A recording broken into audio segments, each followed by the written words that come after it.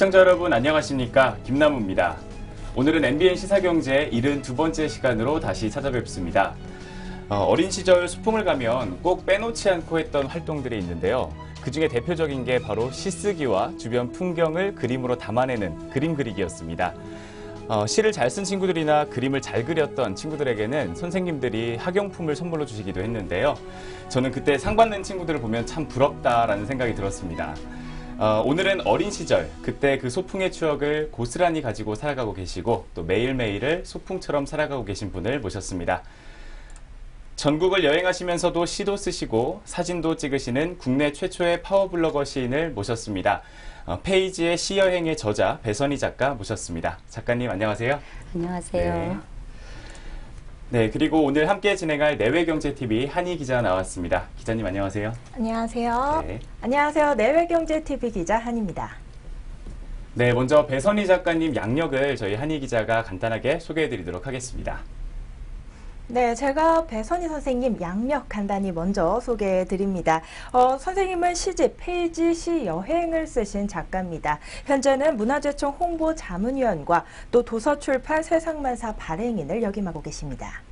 네, 배선희 작가님 양력 저희 한희 기자가 먼저 소개를 해드렸는데요. 이번에는 작가님께서 직접 시청자 여러분들께 자기소개를 해주실까요? 네, 안녕하세요.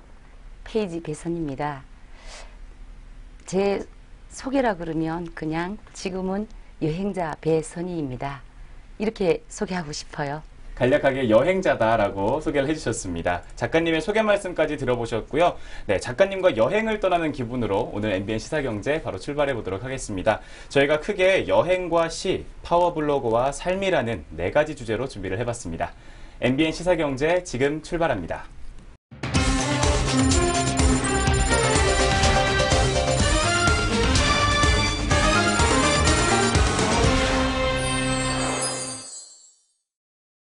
네, 저희가 준비한 4가지 키워드 중에서 첫 번째 키워드 바로 여행입니다. 저희 한희 기자가 궁금한 점들을 한번 모아봤다고 하는데요. 네, 맞습니다. 선생님께서 소개해 주실 때 자신을 여행자라고 소개해 주신 만큼 선생님과 여행이라는 키워드 정말 떼놓을래야 떼놓을 수 없겠는데요. 그래서 먼저 첫 번째 키워드로 한번 선정해 봤습니다. 제일 궁금한 부분이기도 한데요. 어떻게 처음 여행을 시작하게 되신 건가요? 네, 저는 제 삶을 디자인을 해보았어요. 그것도 어린 시절에요. 과연 나이 들어서 심심하지 않으면은 어떻게 살아야 될까라는 의문이 생기더라고요. 그래서 곰곰이 제 자신의 삶을 디자인을 해봤는데 그 가운데 가장 답이 없는 것 2가지를 찾았어요. 네. 하나는 자연과 함께 하면은 좋겠다라는 것. 또 하나는 답이 없는 바로 종교 연구를 하면 좋겠다 이런 생각이 들더라고요. 네. 그러다 보니까 자연과 함께 하려면 어떻게 해야 될까? 바로 키워드가 여행이었어요.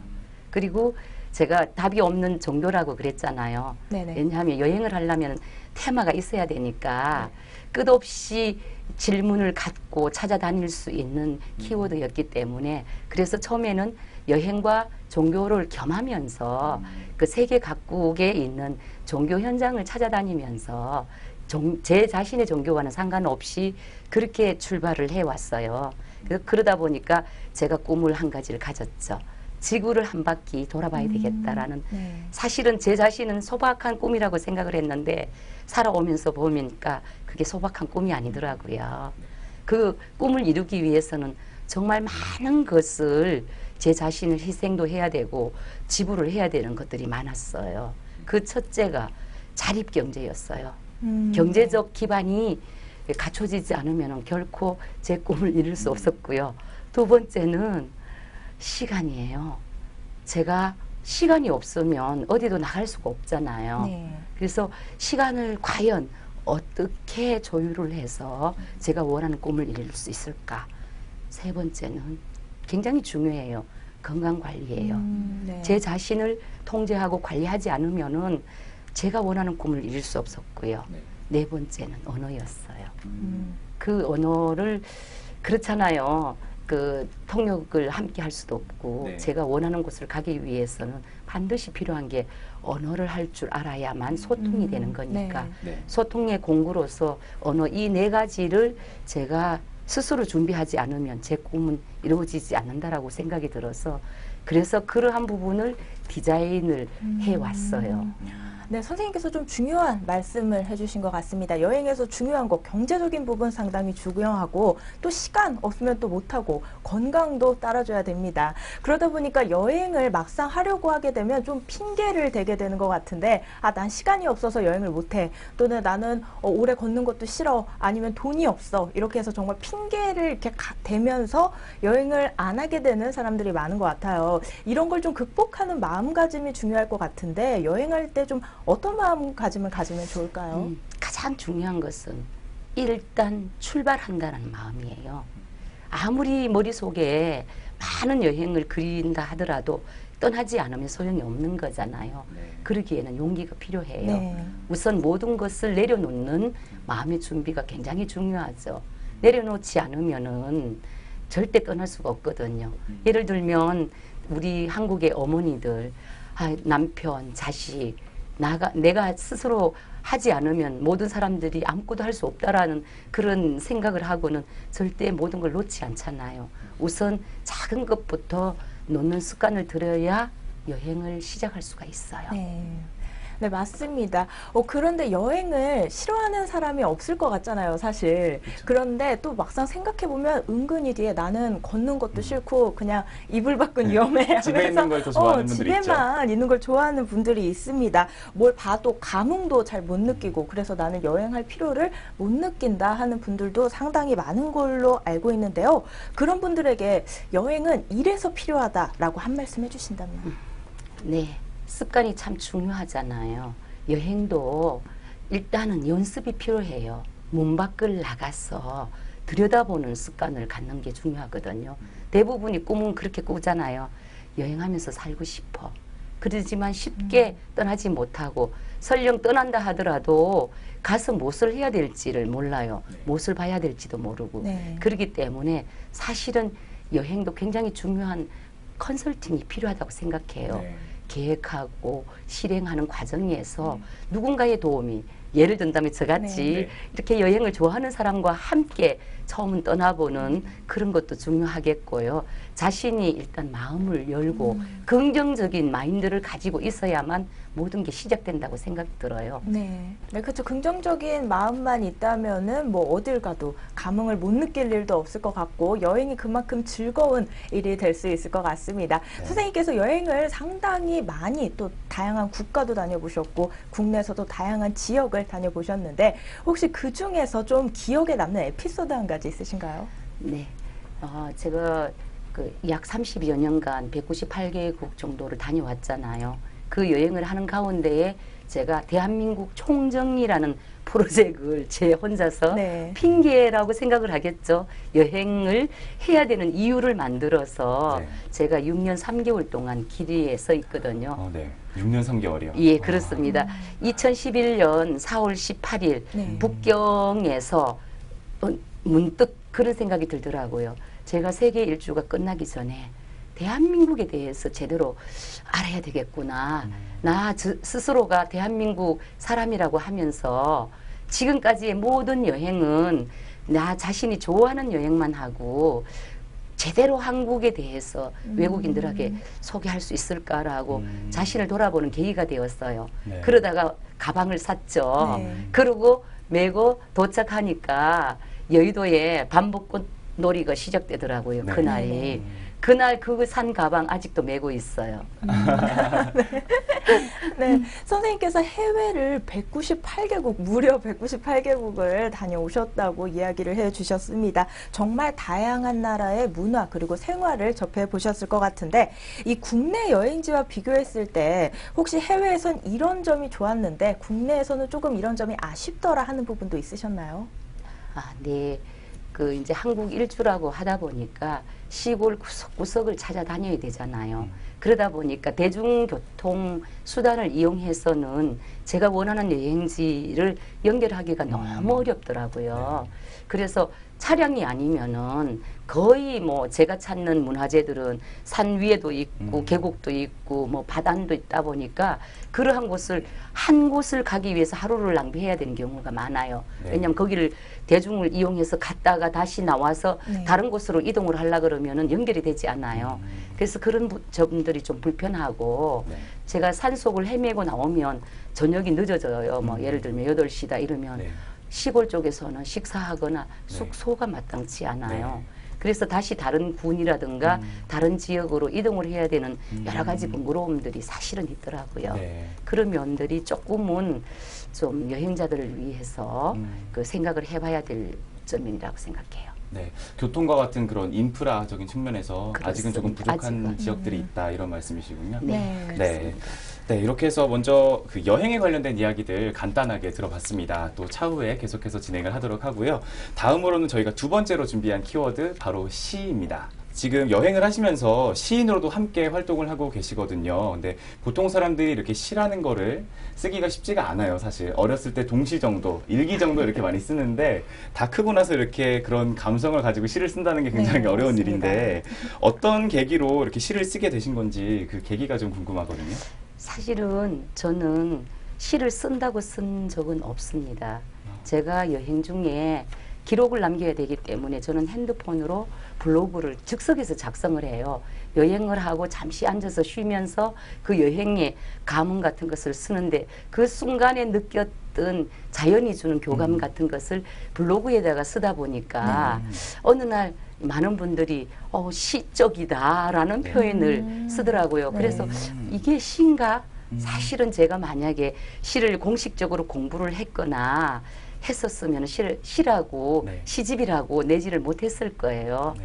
그렇다고 본다면은 저는 그 블로그가 탄생시켜준 시인이라고 얘기를 해야 되겠죠.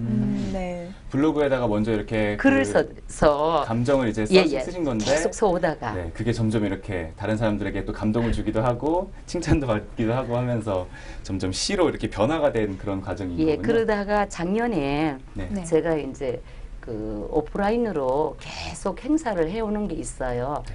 사회의 작은 물결을 그러니까 블로그나 SNS가 갖고 있는 선 기능을 사회에 기여하는 프로젝트로 제가 진행을 하고 있었는데 그때에 작년에 650만 돌파 기념 테마가 동서공감 시 낭송이었어요. 네.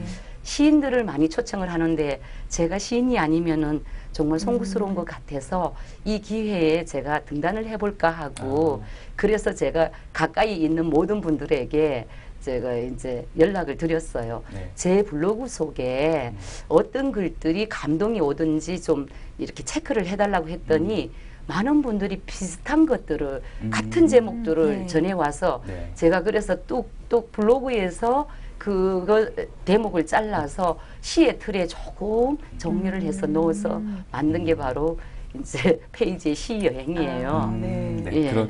그런 과정이 있었던 거군요. 네, 네. 네, 그렇다면 이제 시를 쓸 때 여행을 이제 매일매일 하시잖아요. 네. 그러면 여행을 하는 과정 속에서 어떤 느꼈던 거라던가 봤던 거를 자연스럽게 이렇게 글로 쓰시게 될 것 그냥 같은데. 즉흥적으로 즉흥적으로요? 예예 뭐 꽃이 저에게 그렇게 기쁨을 주면 그 순간 그 꽃과 대화를 하면서 이야기를 하고 문화재가 저에게 순간 들여다보면서 감동이 오잖아요. 네. 그러면 그 문화재를 보고 그 감동적인 것을 잠깐 제 느낌을 담아 놓는 거거든요.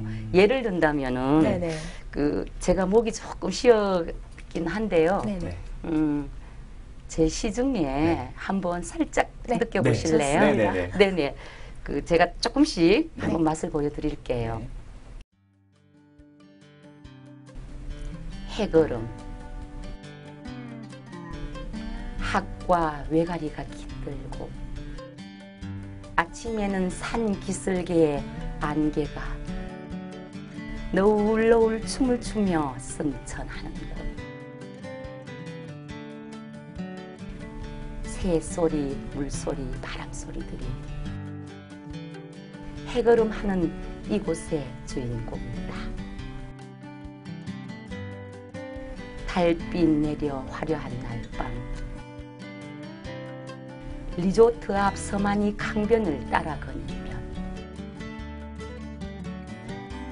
김삿갓 태백도 지나가고 이 태백도 지나간다. 나도야 함께 지나간다. 이거는 제가 영월 네. 서만이 강변에 앉아서 네. 학들이 놀고 있는 모습을 보면서 쓴 거고요. 네. 또 제주도에 네. 이른 봄이 있잖아요. 그 서울은 아직 추운데 네. 그 한 2월 정도겠죠. 네. 제주도 공항에 딱 내려갔는데 멀리 하얀 빛이 나무에 보이길래 뛰어갔더니 백목련이었어요. 네. 그래서 그 백목련을 보고 그 나무 아래서 쓴 게 이런 거예요. 네. 백목련. 아기 솜털에 꽃갈모 쓰고 쓱 얼굴을 내밀어 세상 구경하는 목련.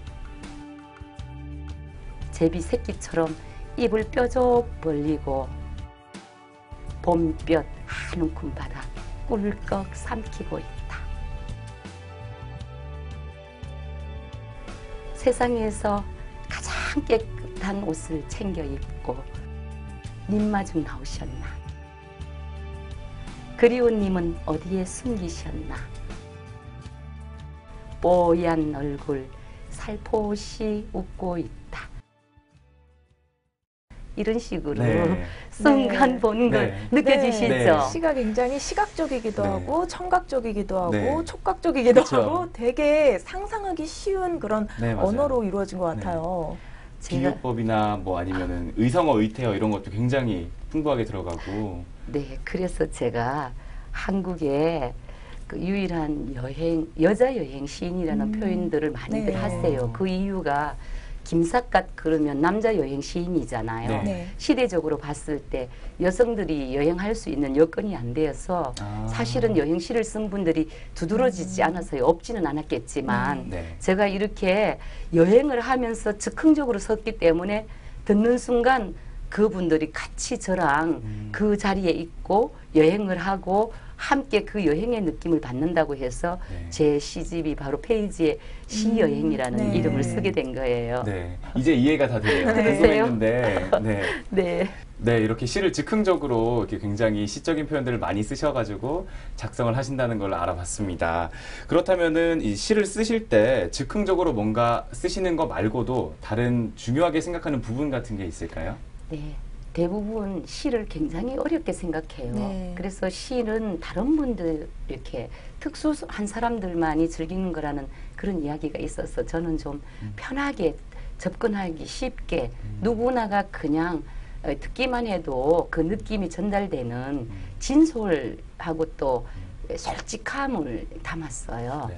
그게 왜냐하면 저희들이 일반적인 사람들이 시는 어렵게 남들이 이렇게 알아듣지 못하게 네. 난해하게 써야지 잘 쓴 시라고 생각을 하잖아요. 네. 그 반면에 저는 누구나가 초등학생이라도 읽으면 그냥 느껴질 수 있는 시를 쓰고 싶었고요. 네. 또 하나는 그러한 가운데 2번, 3번, 4번을 읽다 보면 그 속에 실제 숨어 있는 시의 의미가 담겨 있어요. 네. 그러니까 거의 복선이 깔려 있다고 보시면 되죠. 음. 그거는 좀 더 의미 있게 접근하시는 분들을 위한 서비스라고 할까요? 네. 네.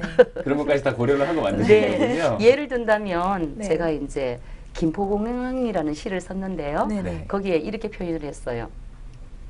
영산홍 철쭉꽃이 한데 올려 피었으니 환영꽃인가 환송꽃인가 환한 꽃 얼굴에 함께 웃는 여행자들, 여행자 페이지도 발길을 멈추고 만남도 이별도 내려놓고 반기는 이들, 영산홍 철쭉꽃 되어 봄동산을 이루었다. 이륙도 하고 착륙도 하는 김포공항. 여행자들만 오르고 내리는 곳이 아니라 봄날도 오르고 내림을 어찌 몰랐으랴. 이 이야기 속에는요.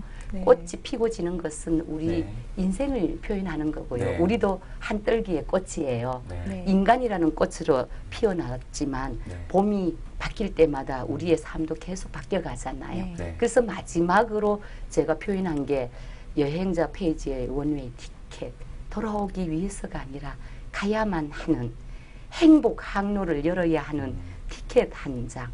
모두에게 티켓 한 장이 있잖아요. 네. 자기 자신을 행복하게 만들어야 할 책임을 갖고 있는 티켓 한 장. 네. 그래서 인생에 무엇이 귀중한지를 스스로 생각하고 그 티켓을 잘 쓰라는 의미를 깔고 있어요. 네. 어떻게 잘 이렇게 들어봤습니다. 시를 다 외우고 계세요? 신기해요. 그냥 그게 제가 바로바로 쓴 나오는데. 거니까요. 네. 그냥 제가 쓴 거니까 네. 그런 느낌 있잖아요. 네. 그래도 저도 제가 쓴 일기도 기억 잘 안 나거든요. 근데 그거를 이렇게 시적인 표현들까지 다 기억하고 계신다는 게 굉장히 대단하신 것 같습니다. 신기한 것 같습니다. 네. 아, 네. 그래요. 네, 이렇게 또 좋은 시, 김포공항이라는 시까지 한번 들어봤습니다. 근데 이렇게 시를 이번에 시집을 내셨잖아요. 근데 네네. 시집을 내는 과정에서도 또 어려움이 있으셨을 것 같아요. 어떤 어려운 점들이 있었을까요? 네, 제 고민을 한 것은 사실은 제가 세계 각국을 여행하면서도 책 한 권을 안 냈어요. 그 이유는 제가 남에게 보이기 위한 그러한 책을 낼까봐 그러다 보면은 자기 스스로가 원하는 여행을 하지 못할까봐 네. 제가 책을 내지 않고 오늘까지 버티었는데 그 아까 그랬잖아요. 동서공감 시낭송회를 위해서 그 제가 등단을 결심을 했고 네. 등단이 되었기 때문에 그러면은 이 기회에 그 제가 잔치를 베풀었으니 네. 손님들 다 청해놨으니 떡 번 김에 제사 지내자는 그런 마음으로 시집을 그러면 한번 내보자라고 했는데 그때 고민에 빠졌어요. 흔하고 아무나 내는 그러한 책들은 결국은 남지 않는다는 생각에서 이 시대에 과연 어떤 시집을 내야만이 모두에게 도움이 될까라고 생각을 해서 제가 시집을 디자인을 했어요. 우선 그 제목이 여행이잖아요. 네. 시 여행이라 사람들에게 그 일상에서 벗어나지 못하는 많은 분들이 계시잖아요. 네. 그런 분들이 여행하는 마음을 가질 수 있는 계기를 주자고 해서 그 시 여행의 느낌을 전달했고 두 번째는 뭐 책의 길이 있다라는 그런 말이 있잖아요. 네. 근데 실제 전 세계에서 시집 속에 길이 있는 책은 이 한 권뿐이에요. 네. QR 코드를 시마다 다 만들어서 네. 그 QR 코드를 타고 제 블로그를 들어오는 즉 블로그가 바로 그 시집의 엄마예요. 아. 블로그가 탄생시킨 네. 그 시가 바로 이제 시집이 되었는데요. QR 코드를 통해서 제 블로그에 들어와서 직접 저랑 소통하는 소통형 길이 있는 시집을 만들었고요. 네네. 그다음에 그 안에 보면 내용을 천지인 네. 삼위일체잖아요. 네. 이 우주 속에 있는 우리 모든 생물체 또 모든 것을 다 담아 아우른다는 의미로 네. 우리 모두가 주인공으로 담았는데 그 바로 천지인의 제가 만난 모든 대상들을 상생관계에 넣는 거예요.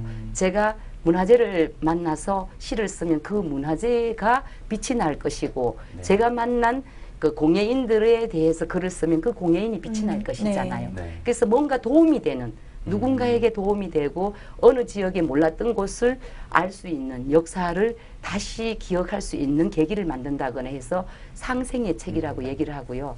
또 중요한 것은 제가 문화재청에 일을 하다 보니까 이 문화재의 그 소중함을 일반인들은 잘 기억을 못해요. 네. 그죠? 네. 그래서 제가 많이 고민을 하다가 그 옛날에 그 보면은 야회라는 제도가 있었어요. 네. 그 제도가 어떤 건가 하면 봄이면 네. 시인과 화가 뭐 서예가 예술가들이 한 자리에 어우러져서 시인이 시를 쓰면 화가는 그림을 그리고 그 그림을 보고 서예가는 이제 화제를 지어서 하는 문화 유기적으로. 융복합의 행사를 조선 시대에 있었더라고요. 네네. 근데 지금은 거의가 다 각자 활동만 그렇죠. 하시잖아요. 그렇죠. 그래서 제가 그런 문화 융복합이라는 요즘 키워드에 맞추어서 제 시집에 보시면 그 그림도 있고 시도 맞습니다. 있고 네. 또 거기에 화가가 그림도 그렸고요. 네. 이런 식으로 문화 융복합을 이루었어요. 그러한 이제 제목을 넣고 또 하나는 제가 이렇게 하다 보니까 그 많은 사람들이 그 글을 보는 걸 좋아하지 않아요. 그렇죠. 시간이 많은데도. 그래서 네. 제 거는 어느 페이지를 열든 그냥 이렇게 볼 수 있는 그림을 보든 사진을 보든 거기다가 제 시의 소회를 달았어요. 그 여행시라고 했으니까 그 여행할 때 쓴 그 제 마음을 담아서 네. 시를 안 보더라도 슬쩍 그때의 마음을 담으면 그분이 여행을 다시 한번 생각할 수 있잖아요. 그래서 네. 보는 독자가 뭐 어느 곳에서든지 부담 없이 펼쳐볼 수 있는 그런 마음을 한번 담아봤어요. 네. 네. 그 시를 작성하시는 것도 어렵지만 이제 시집을 내시는 과정에서 본인이 썼던 시들을 모아서 그냥 기념한다. 내가 내 시를 기념한다. 이런 느낌이 아니라 이제 독자들을 또 배려를 하시기도 하고 또 더 나아가서 국가적인 문화재까지 이렇게 더 알릴 수 있는 네. 길을 만드셨다는 게 굉장히 의미 있는 일을 하신 것 같습니다. 네. 네, 그렇다면은 이렇게 해서 저희 두 번째 키워드 시까지 한번 만나봤습니다. 다음으로 세 번째 키워드는 파워블로그 준비했는데요. 또 네. 젊으신 분들 많이 관심이 있으실 것 같습니다. 이어서 전해주시죠. 네, 제가 한번 질문을 드려볼게요. 블로그, 그냥 블로그 하는 것도 힘드는데 파워 블로그를 운영하고 계세요. 근데 또 선생님께서 컴퓨터 세대는 아니시잖아요. 그러다 보니까 블로그를 시작하기에 앞서서 이렇게 선뜻 나서기가 어려웠을 것 같은데 어떻게 블로그를 시작하게 되셨나요? 사실은요, 마찬가지로 저는 컴퓨터를 배워본 적이 없는 네. 세대예요. 네. 그러다 보니까 사실은 제가 문서를 작성하거나 이러한 것들이 익숙하지는 않아요. 네. 근데 우연히 블로그라는 것이 제 사진과 제 기록을 담을 수 있다라는 이야기를 듣고요. 네. 아무리 힘들어도 제 블로그를 만들어 봐야 되겠다라고 해서 실제적으로 블로그를 만든 거는 2011년 7월 11일이에요. 네. 지금이 이제 이렇게 6년이죠? 네. 그렇죠. 예, 만 6년 됐는데요. 그런 젊은 세대도 아니면서 제가 여행을 하면서 제 이야기, 그러니까 전자서고라고 하면 되고 전자일기장이라고 저는 네. 생각을 네. 했어요. 네. 그 남을 의식하고 쓴 글이 아니라 나 자신의 이야기와 나 자신이 다녔던 그러한 소중한 기록을 남기는 장이 바로 블로그였어요.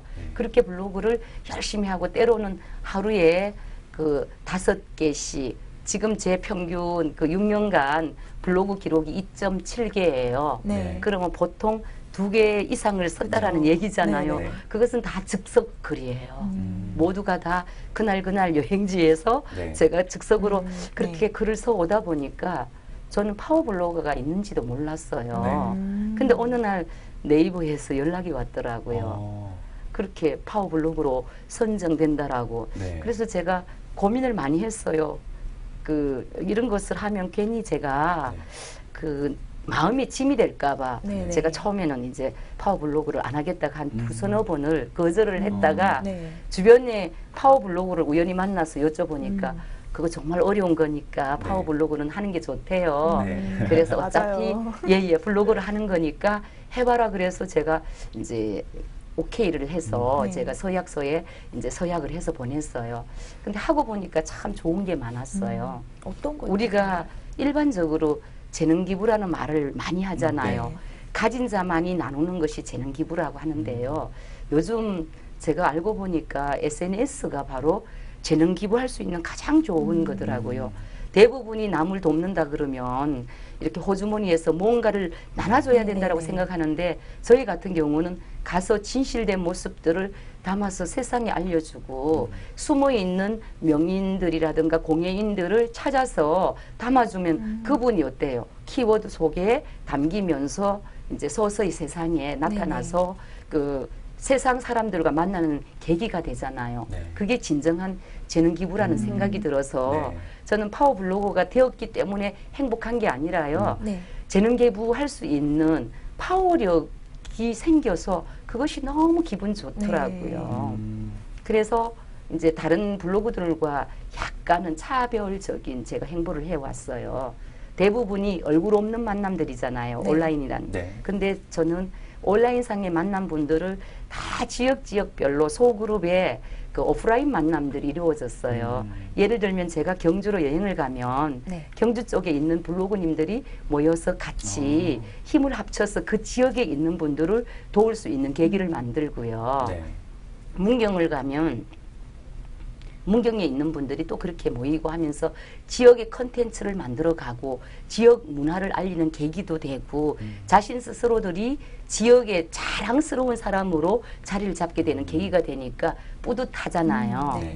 네. 그래서 SNS의 선기능을 많은 사람들에게 영향을 주어서 더 많은 도움을 가깝게 하는 그런 계기를 만드는 것도 하나의 파워의 기능이라고 할 수가 있죠. 네. 재능 기부의 창으로 또 이렇게 블로그를 좋은 방향으로 활용을 하신다는 걸 들어봤습니다. 근데 제가 갑자기 이제 궁금한 점이 하나 생겼어요. 조금 민감한 질문일 수도 있는데요. 네. 저희가 보통 파워 블로그라고 하면은 그 광고주들이 굉장히 많이 붙잖아요. 맞아요. 그쪽에. 빼놓을 수가 그래서 이제 없죠. 파워 블로거가 어떤 글을 올려도 사람들이 이제 그거를 신뢰하지 못하게 되는 그런 좀 부작용 같은 것들도 요새 발생을 많이 하고 있는데, 그 작가님 같은 경우에 혹시 어떤 여행지라던가 맛집 같은 데서 광고 같은 게 들어오기는 하나요? 뭐 이제 그러한 부분 때문에 굉장히 민감하잖아요. 네. 저 같은 경우는 이제 대한민국 총정리라고 얘기를 했으니까 그 총정리의 목적이 있을 거 아니에요. 네. 저는 이제 제 작은 소망인데요. 제가 살고 간 이 시대를 몽땅 기록으로 담아서 100년 뒤 후손한테 보여주고 싶어요. 네. 우리가 이렇게 아름다운 자연을 누리고 함께 좋은 사람들과 어울려서 이러한 모임들을 만들고 하는 것들을 보여주고 싶은 그 욕심이 있어서 네. 제 블로그에는 함부로 아무거나 담을 수가 없어요. 네. 대한민국 총정리라고 하면은 그 속에 엄청난 많은 것들의 진실이 담겨야 하는데 네. 제가 약간의 뭐 이제 경제적인 도움을 받기 위해서 그런 활동을 하게 되면 안 되겠죠. 네. 그래서 아마도 그 파워 블로그 세계에서는 네. 이제 영업이라고 표현을 해요. 네. 그 광고주들의. 아, 그런데 네. 그런 것을 활동하지 않는 블로그로 이제 알려져 있고 네. 또 그래서 제 블로그를 방문하시는 분들이 진실과 신뢰를 이제 바탕으로 하고 있는 편이죠.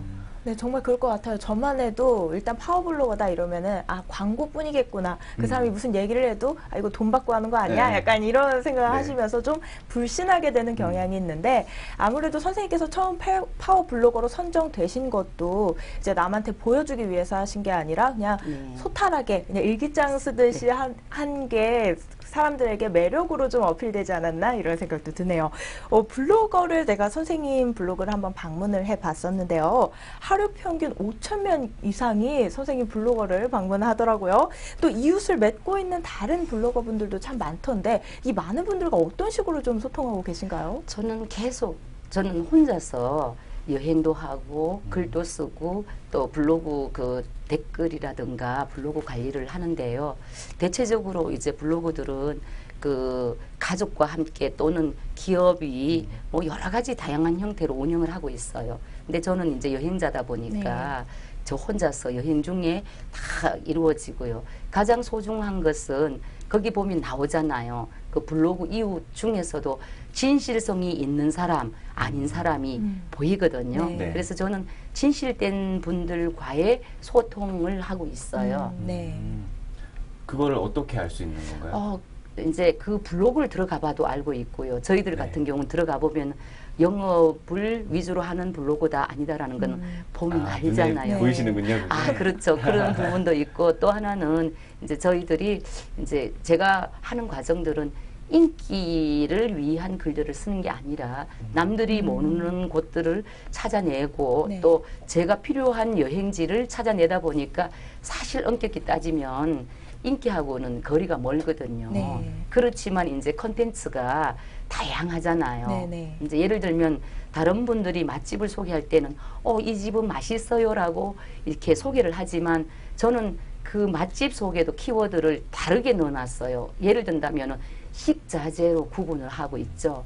2월 달에 그 호남에 뭐 부안을 갔다. 그러면 부안의 밥상에 재료는 어떤 게 올라왔다. 젓갈은 2월 달에 주로 먹는 젓갈은 황색이 젓이다. 네. 또 뭐 속초를 갔는데 오징어 젓은 계속 나오는지 아니면 계절별로 나오는지 이런 식으로 밥상에서 재료와 또 만드는 방법이 달라요. 네. 예를 들면 다슬기 있잖아요. 네, 네. 좋아하시죠? 네. 다슬기 국도 다양하게 끓여지는데 예를 들면은 경상도 같은 경우는 고디탕, 고디국 이렇게 불러요. 다슬기인데 네. 거기에는 뻑뻑하게 배추를 삶아서 이제 밀가루 즙이라 그래서 하여튼 이렇게 그런 방식으로 한다면 전라도 쪽에는 다슬기탕 이러면은 아주 맑게 네. 그 애호박이랑 부추를 썰어서 맑은 국을 끓이고요.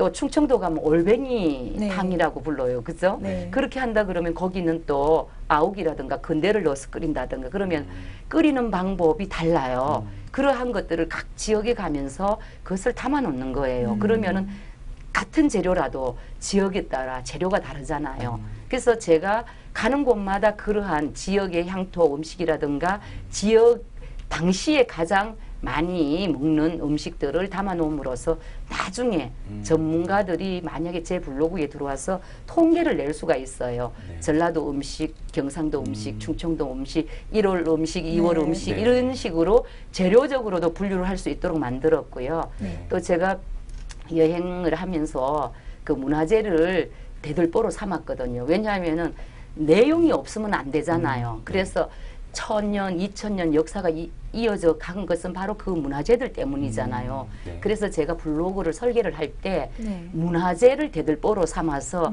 하면서 그 중에서도 그 사찰의 문화재니까 그러니까 975개 사찰이 현재에 그 4,300여 개의 문화재를 갖고 있더라고요. 네. 그래서 그거를 제가 하는데 똑같은 사찰의 형태인데 똑같은 내용을 계속 쓸 수 없잖아요. 네. 그래서 약간은 제가 사찰을 소개를 하는데 오늘 이 사찰은 염화 미소가 아름다운 뭐 나한을 소개한다 그러면 나한에 대한 소개를 집중적으로 하고 저쪽 사찰은 건축의 미가 아름답다고 해서 우리 뭐 침미라든가 뭐 이런 것들을 건축에 관한 거를 소개를 한다든가 해서 모든 사찰들을 다양한 음악이라든가 미술이라든가 이런 식으로 소개를 하면서 쭉 연결하면은 이제 그 사찰 전체가 대한민국의 사찰의 내용을 담을 수 있도록 이런 식으로 설계를 했고요. 네. 또 하나는 그 제가 만나는 자연이잖아요. 네. 우리가 남쪽으로 여행을 하면 남방계 식물이 있고요. 네. 북쪽으로 여행을 하면 북방계 식물이 있어요. 네. 그런데 간혹 가다가 북방계 식물이 남쪽에도 나는 경우가 있고 남방계 식물이 북방에도 나는 경우가 있어요. 그걸 여행할 때마다 담아요. 그러면 저는 식물 전문가는 아니지만 만나는 식물들을 다 담아 놓으면 전문가가 보면 기후 변화가 있었네. 지표 식물이라고 그러는데 지표 식물들이 이동을 했네. 이런 것들을 전문가 눈에 발견이 될 수 있잖아요. 네. 저는 여행 중에 그런 서비스를 하고 있는 거예요. 네. 제가 다른 분들이 그렇게 다닐 수가 없잖아요. 그럼 저는 다니는 대신에 다른 분들이 참고할 수 있는 자료들을 담아 놓는 거예요. 네. 그래서 누군가가 제 블로그를 들어오게 된다면 한 계통을 쭉 보시면 그 통계를 볼 수 있도록 네. 그런 것이 조금은 다르죠. 네. 그러면 블로그를 똑같이 운영을 해도 단순히 맛집을 소개한다거나 아니면 여행지, 관광지 이런 걸 그냥 단순하게 광고만 하는 게 아니라 그 지역에 이제 어떤 향토 음식이라던가 아니면은 건축 문화 또 생태 지리학까지 나아가서 더 많은 그런 기초 자료로 활용될 수 있는 그런 자료들을 많이 모아 놓으시는 것 같아요. 네, 또 의미 있는 일들을 블로그를 통해서 하고 계시는 거를 또 알아봤습니다. 네, 그렇다면은 저희가 이제 문화재 얘기를 또 해주셨는데요. 네. 보통 사람들 같은 경우에는 가기 전에 사전조사 같은 걸 많이 안 하고 그냥 유명하다니까 가잖아요. 네. 그런 경우에는 이제 가서 앞에 써 있는 안내문이라던가 아니면 팜플렛 정도만 보고 이제 즐길 수밖에 없는데 그렇게 즐기는 거 말고 조금 더 깊이, 조금 더 재밌게 즐기는 그런 노하우 같은 게 있을까요? 네, 그래서 이제 사실은 사람들이 문화재 그러면은 그 자체가 마음에서 벌써 부담을 느끼고 있기 때문에 네. 블로그를 제가 쓸 때도 사실은 주 문화재를 소개를 하고 싶은데 문화재를 내세워서 소개를 하면 보지를 않기 네. 기회가 없잖아요. 사람들의 관심이. 그래서 제가 재미있는 여행지 속에 끼워 넣어서 요것도 보고 오세요라고 제가 덤으로 올리는 것처럼 보여주는데 사실은 다른 분들을 그 뭐라고 할까 시선을 네. 끄는 걸 해서 결국은 거기 가면 그 문화재를 봐야 되겠구나라는 마음의 결정을 하도록 이제 제 블로그에서 유도를 하는 거거든요. 왜냐하면 우리는 모두가 다 그 우리 피 속에 그 우리의 민족 역사의 전통이 흐르고 있잖아요. 네. 근데 우리 것을 너무나 몰라요. 저도 또한 이제 외국 가서 여행을 하면서 그런 걸 느꼈거든요. 그래서 다른 분들에게 일단은 들여다봐야지 그 문화재가 있구나라는 걸 알잖아요. 그것이 무엇인가를 정확히 알지 않더라도 일단 보는 것까지가 굉장히 중요하고요. 일반인들은 그것조차도 하지 않는 경우가 참 많아요. 네. 그래서 제 블로그는 이제 그런 측면에서 문화재 소개를 속에 숨겨서 느끼게 하는 거고 그래서 문화재를 제대로 알기랑 정말 쉽지가 않아요. 네. 그러면 자기 자신이 좋아하는 것이 뭔지를 알게 되면 네. 그 문화재를 접근하기가 쉽거든요. 네. 제가 이제 간혹 팁으로 그런 걸 넣어놨어요. 뭐 그림을 좋아하시는 분들은 이 사찰에 가면 뭐 무엇을 보십시오. 네. 그 속에는 이러이러한 아름다움이 있습니다. 막 네. 이런 식으로 다른 것을 응용해서 문화재를 보게끔 하는 그런 건데 일반인들은 이제 그렇게 찾기가 어려워요. 네. 가장 중요한 거는 사실은 문화재청 홈페이지 네. 그냥 그 사찰을 검색하면 그 속에 있는 문화재들이 다 나와가 정확한 정보들이 있는데 그 검색한다는 것조차도 잘 모르거든요. 일반적으로 블로그들만 검색하고 가잖아요. 네. 그렇죠. 네. 그러다 보면 그 블로그가 정말로 정확하게 담겼다라고는 다 말할 수가 없는 경우가 있으니까 되도록이면 그 문화재청 홈페이지를 네. 이용해서 정보를 찾아서 가는 게 참 좋아요. 네. 네, 이렇게 문화재에 대한 정보를 얻는 팁까지, 꿀팁까지 선사를 해주셨습니다. 네, 이렇게 해서 저희가 준비한 세 번째 키워드, 파워 블로거까지 한번 알아봤고요. 이어서 네 번째 이어지는 키워드는 뭐죠? 네 번째로 이제 마지막으로는요, 선생님의 삶에 대한 이야기를 이제 정리를 해보려고 합니다. 이제 선생님과 함께한 시간도 어느덧 막바지를 향해 달려가고 있는 만큼 좀 정리를 해보는 시간 가져보려고 해요. 블로그도 하시고 여행도 많이 다니시고 그렇기 때문에 그 안에 좀 스쳐 지나간 인연들도 참 많이 만나셨을 것 같은데 결국 작가님이 좀 생각하시기에 삶에서 가장 중요한 부분은 뭐라고 생각하시나요? 네, 저는 제 앞에 있는 분이 현재 이 시간에 제 인생의 전부입니다. 아, 감사합니다. 네, 오늘 이 시간은 두 분이 네. 제 인생의 전부예요. 네. 그렇듯이 여행을 떠나보면 알아요. 아무리 귀중한 것도 멀리 떨어져 있으면 저하고는 거리가 멀잖아요. 네. 그래서 제 앞에 있는 분을 소중하게 생각하는 마음이 크고요. 또 하나는 제가 지금 행복해서 아무리 웃어도 제 자신을 볼 수가 없어요. 그래서 제 옆에 있는 분이 행복한지 안 한지 제가 들여다 이렇게 쳐다보면 네. 알 수 있잖아요. 네. 그래서 사실은 함께 행복을 추구해야 된다라는 이론이 성립이 되는 거거든요. 네. 그래서 그 재능기부라는 이름들을 이제 많이 쓰고 있지만 우리 삶 속에 가장 큰 재능기부는 우선 웃어주는 거. 네. 내 앞에 있는 사람이 소중하다라는 마음을 갖는 것부터 시작한다라는 생각이 들어요. 제가 이제 여행자로 그 살고 싶다라고 계획을 이제 한 거는 이유가 있거든요. 네. 네. 모든 사람들이 다 이렇게 생각을 하잖아요. 꼭 큰 빌딩 또는 뭐 아시죠? 권력을 네. 잡아야만 성공을 한다라고 하는데 제가 곰곰이 생각을 해보니까 자기 자신이 원하는 대로 정말 진정으로 자기가 설계한 삶을 그대로 살고 가는 사람이 전 세계에 몇 프로가 될까 생각을 해봤어요. 그건 아마 많지 않을걸요. 네. 그래서 저는 제 삶을 미리 디자인을 했어요. 이렇게 살 것이다 라고 하고는 그 디자인대로 살기 위해서 노력을 해왔어요.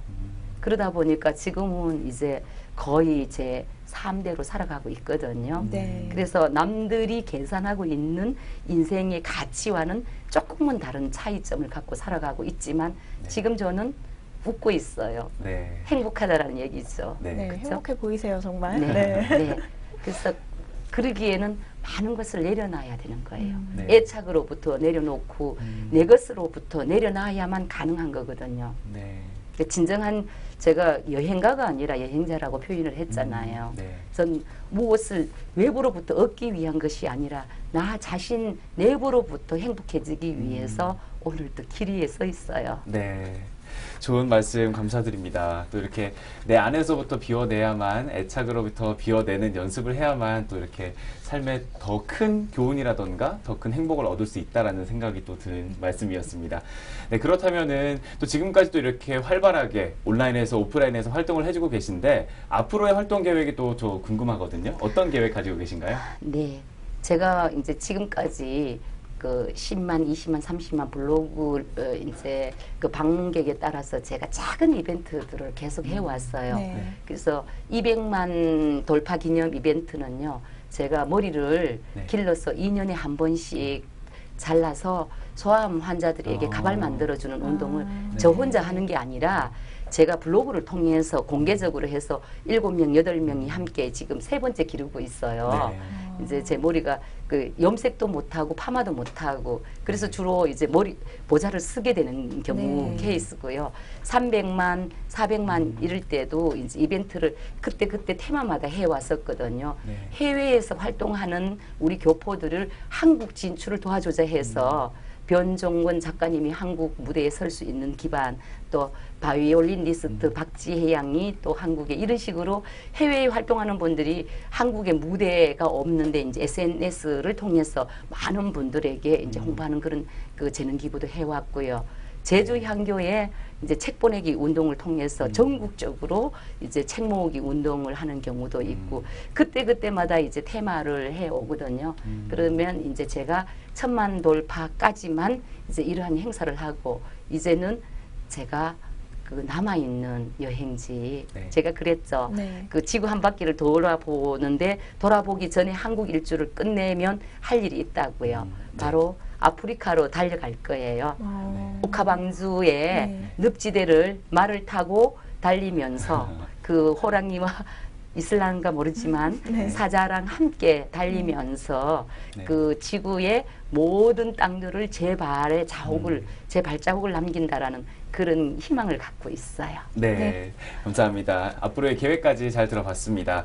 또 아까 말씀해 주셨던 것처럼 이제 전자 일기장이다라고 생각을 해서 개인적인 기록을 남기기 시작했던 그런 블로그가 점점 커져가면서 이제 지역 음식 문화라던가 건축 문화 그리고 또 지역 생태까지 담아내는 기초 자료의 공간이 되기도 했고 또 지금 말씀 들어보니까 기부를 하게 되는 또 더 세상을 환하게 밝혀주는 그런 소통의 장이 된 것 같아서 굉장히 뿌듯하다라는 생각이 저까지도 들었습니다. 네, 저는 늘 이렇게 도시에 살면서 삶은 팍팍하다, 내 삶은 왜 이렇게 힘들까? 아니면 또 아무 일이 없는 휴일에는 내가 왜 시간을 이렇게 낭비하고 있지? 이런 생각들을 하면서 스스로에게 제가 스스로 스트레스를 주는 경우들이 또 많았었는데요.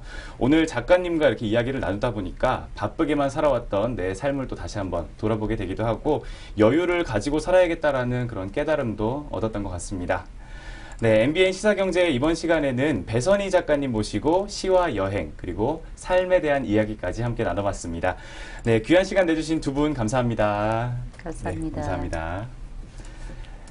네, 오늘 이야기는 여기서 정리를 하도록 하겠고요. 저희는 다음 이 시간에 더 궁금하고 더 재밌는 이야기들 가지고 돌아오도록 하겠습니다. 시청해주신 여러분 고맙습니다.